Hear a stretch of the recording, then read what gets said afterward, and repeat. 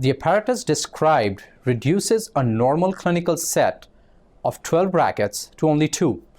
Now, this greatly simplifies our understanding of how an appliance works. It also provides a blueprint for testing and making modifications on similar appliances. This experiment answers some key questions related to the variation in force system created by V-bends when placing those bends at different locations along the incisor molar arch span. The implications of this measurement apparatus extend toward creating orthodontic appliances with a more predictable force system, which at the clinical level would imply more predictable outcomes. To begin this procedure, insert a 0.021 by 0.025 inch SS ovoid maxillary arch wire into the bracket slots. Then, place the testing apparatus in the glass chamber.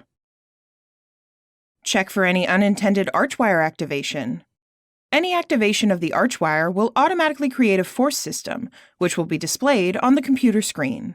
If any arch wire activation is observed, reposition the brackets and check again.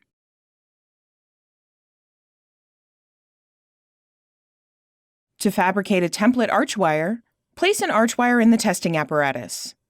Then, use a permanent marker to indicate the midline, a point immediately distal to the incisor bracket, and a point immediately mesial to the molar tube.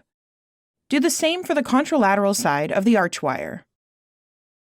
Next, transfer the arch wire with the marked points to graph paper.